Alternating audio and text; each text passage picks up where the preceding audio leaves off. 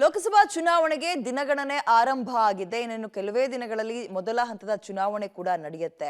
ಆದ್ರೂ ಕೂಡ ಒಂದು ಕಡೆ ಮೈತ್ರಿ ಅಂದ್ರೆ ಬಿಜೆಪಿ ಹಾಗೂ ಜೆಡಿಎಸ್ ಮೈತ್ರಿಯಲ್ಲಿ, ಮತ್ತೊಂದು ಕಡೆ ಕಾಂಗ್ರೆಸ್ನಲ್ಲೂ ಕೂಡ ಎದ್ದಿರುವ ಅಸಮಾಧಾನ ಮತ್ತು ಬಂಡಾಯ ಶಮನವಾದಂತೆ ಕಾಣ್ತಾ ಇಲ್ಲ. ಲೋಕ ಅಭ್ಯರ್ಥಿಗಳಿಗೆ ಕಂಟಕವಾದ ರೆಬಲ್ ನಾಯಕರು. ದಾವಣಗೆರೆ, ರಾಯಚೂರು, ಚಿತ್ರದುರ್ಗದಲ್ಲಿ ಬಂಡಾಯ ಬಿಸಿ.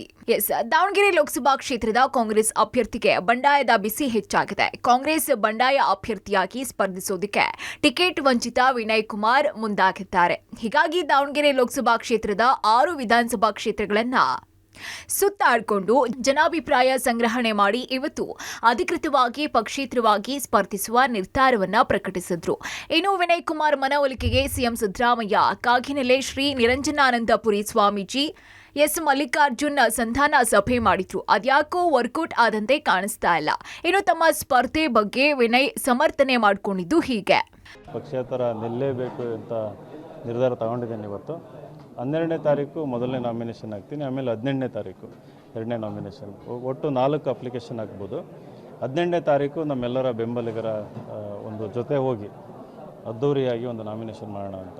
ಈ ರೀತಿ ನಿರ್ಧಾರ ತಗೋಬೇಕಂತಂದರೆ ತುಂಬ ಧೈರ್ಯ ಬೇಕು. ಧೈರ್ಯ ಇನ್ ದ ಸೆನ್ಸ್ ಇಡೀ ವ್ಯವಸ್ಥೆನ ಎದುರಾಕೋಬೇಕು. ದೊಡ್ಡ ದೊಡ್ಡ ಲೀಡ್ರುಗಳು ಕೋಪ ಮಾಡ್ಕೊತಾರೆ. ಆದಾಗ್ಯೂ ಕೂಡ ನಾವು ಈ ನಿರ್ಧಾರ ತಗೋಬೇಕು ಅಂದರೆ ನನಗೆ ಧೈರ್ಯ ಕೊಡ್ತಾ ಇರೋದು ಜನಗಳ ಬೆಂಬಲ, ಜನಗಳ ಪ್ರೀತಿ, ಅದು ಜನಗಳ ಅಪೇಕ್ಷೆ ಮೇರೆಗೆ, ಜನಗಳು ಇಷ್ಟಪಟ್ಟಿದ್ದಕ್ಕೆ ನಾನು ನಿಲ್ತಾ ಇರೋದು. ನನಗೆ ನನ್ನದೇ ಆದ ಸ್ವಂತ ಒತ್ತಡ ಇಲ್ಲ, ನಾನು ನಿಲ್ಲಬೇಕು, ಇದು ಪ್ರತಿಷ್ಠೆ, ಆ ರೀತಿ ಎಲ್ಲ ಇಲ್ಲಿ ಜನಗಳು ಇಷ್ಟಪಟ್ಟಿದ್ದಾರೆ. ನಾನು ಏನಾದರೂ ಹಿಂದೆ ಸರಿದ್ರೆ ಅವರಿಗೆ ಒಂಥರ ವಿಶ್ವಾಸ ದ್ರೋಹ ಮಾಡ್ದಂಗಾಗುತ್ತೆ ಅಂತ. ರಾಯಚೂರು ಲೋಕಸಭಾ ಕ್ಷೇತ್ರದಲ್ಲೂ ಬಂಡಾಯದ ಬಿಸಿ ಜೋರಾಗಿದೆ. ಇತ್ತ ಬಿಜೆಪಿ ಟಿಕೆಟ್ ಕೈ ತಪ್ಪಿದ ಹಿನ್ನೆಲೆಯಲ್ಲಿ ಅಸಮಾಧಾನಗೊಂಡಿರುವ ಬಿವಿ ನಾಯಕ್ ಅಂತಿಮವಾಗಿ ಬಿಜೆಪಿ ಪರವಾಗಿಯೇ ನಾಮಪತ್ರ ಸಲ್ಲಿಸೋದಕ್ಕೆ ನಿರ್ಧಾರ ಮಾಡಿದ್ದಾರೆ. ಬಿ ಫಾರಂ ಯಾರಿಗೆ ಕೊಡ್ಲಿ, ನಾನೀಗ ನಾಮಪತ್ರ ಸಲ್ಲಿಸ್ತಾ ಇದ್ದೀನಿ. ಅಂತಿಮ ಕ್ಷಣದ ತನಕ ಟಿಕೆಟ್ ಸಿಗುವ ಬಗ್ಗೆ ಆಶಾಭಾವನೆಯಿಂದ ಕಾಯ್ತಿರ್ತೀನಿ ಅಂದ್ರು. ಪಕ್ಷದ ಚೌಕಟ್ಟಿನಲ್ಲಿ ಒಂದು ಕೊನೆಯ ಅವಕಾಶವರೆಗೂ ಕಾಯಬೇಕಂತೇಳಿ ನಾಮಪತ್ರ ಸಲ್ಲಿಸಬೇಕಂತ ನನ್ನ ಬಯಕೆ ಇದೆ. ಆ ಪ್ರಕಾರ ಪಕ್ಷ ಸಹ ಕೊನೆಯವರೆಗೂ ನೋಡೋಣ ಅಂತ ಹೇಳಿದ್ದಾರೆ.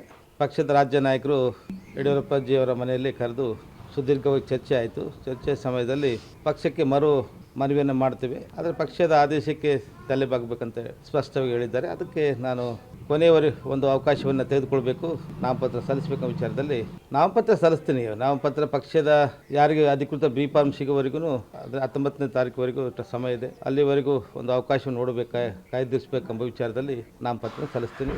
ಇನ್ನು ಚಿತ್ರದುರ್ಗ ಲೋಕಸಭಾ ಕ್ಷೇತ್ರದ ಕಾಂಗ್ರೆಸ್ನಲ್ಲಿ ಭಿನ್ನಮತ ಶಮನವಾಗಿಲ್ಲ. ಹೈಕಮಾಂಡ್ ಮಟ್ಟದಲ್ಲಿ ರಾಜಿ ಆದರೂ ಯಾವುದೇ ರೀತಿಯ ಪ್ರಯೋಜನ ಆಗಿಲ್ಲ. ಅಭ್ಯರ್ಥಿ ಪರ ಇಲ್ಲಿ ತನಕ ಟಿಕೆಟ್ ವಂಚಿತ ಜೆಜೆ ಹಟ್ಟಿ ತಿಪ್ಪೇಸ್ವಾಮಿ ಪ್ರಚಾರಕ್ಕೆ ಇಳಿಯದೇ ಇರೋದು ಕಾಂಗ್ರೆಸ್ ಅಭ್ಯರ್ಥಿ ಚಂದ್ರಪ್ಪಗೆ ನಿದ್ದೆ ಕೆಡಿಸಿದೆ.